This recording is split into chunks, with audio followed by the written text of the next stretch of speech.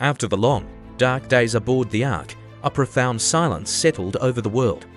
The great vessel, which had been their refuge and their world, finally came to rest on the mountains of Ararat. The rain had ceased, the waters had receded, and a new world awaited. Can you imagine that moment?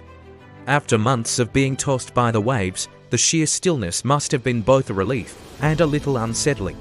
The massive door of the ark, sealed shut by God's own hand, was now open.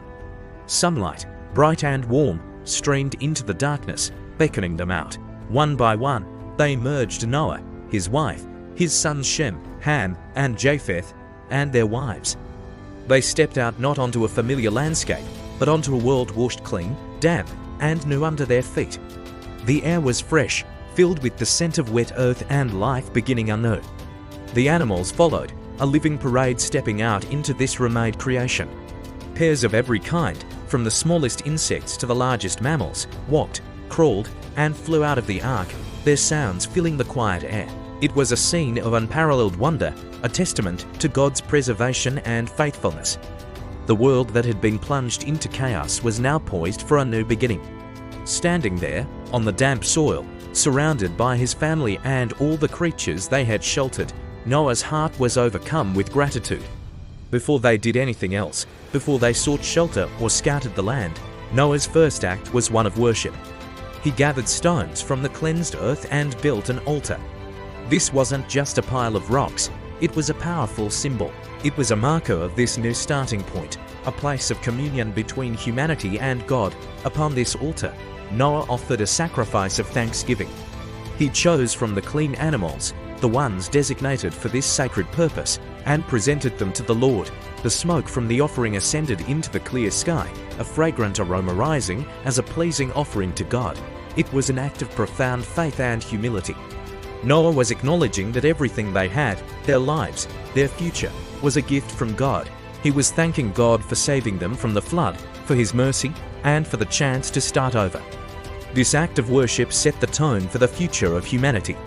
It established a precedent that in every new beginning, in every moment of deliverance, the first response should be gratitude and reverence toward the Creator. It was a beautiful, solemn moment, a promise from man to God, just as God was about to make a promise to man. As the smoke from the altar curled towards the heavens, God responded. It wasn't with a voice of thunder or a display of raw power, but with a promise of peace and blessing. The Lord was pleased with Noah's heartfelt offering. He saw the sincerity in Noah's heart and made a promise to himself, a promise for all humanity. He declared that he would never again curse the ground because of man. Even though every inclination of the human heart is evil from childhood, this was a moment of incredible grace. Despite knowing the flaws of humanity, God chose relationship over retribution. He chose blessing. Then, God spoke directly to Noah and his sons. His voice carried the weight of creation as he blessed them, saying, "Be fruitful and increase in number and fill the earth." This was the same blessing he had given to Adam and Eve in the beginning, a powerful reaffirmation of his plan for humanity to flourish and thrive. He was entrusting this new, clean world to them. He also established a new order between humans and the animal kingdom. "The fear and dread of you," God said, "will fall on all the beasts of the earth and all the birds in the sky. Everything that lives and moves about will be food for you. Just as I gave you the green plants, I now give you everything." This was a significant change, a new provision for a new era. But this new authority came with a solemn responsibility. God established a sacred principle, the sanctity of life. He declared, "But you must not eat meat that has its lifeblood still in it." And he went further, establishing a law of justice. "And for your lifeblood, I will surely demand an accounting ... from each human being. 2. I will demand an accounting for the life of another human being. Whoever sheds human blood, by humans shall their blood be shed. For in the image of God as God made mankind." This was the foundation of law and order for the new world, a clear declaration that human life is precious and made in the very image of God.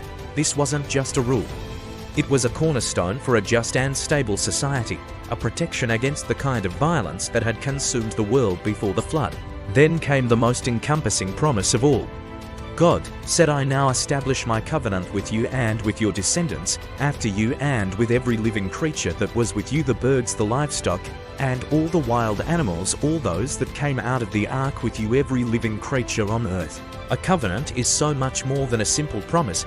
It's a sacred, binding agreement. And what was so remarkable about this covenant was its scope. It wasn't just for Noah's family. It was for their children, their children's children, and for every animal, bird, and insect.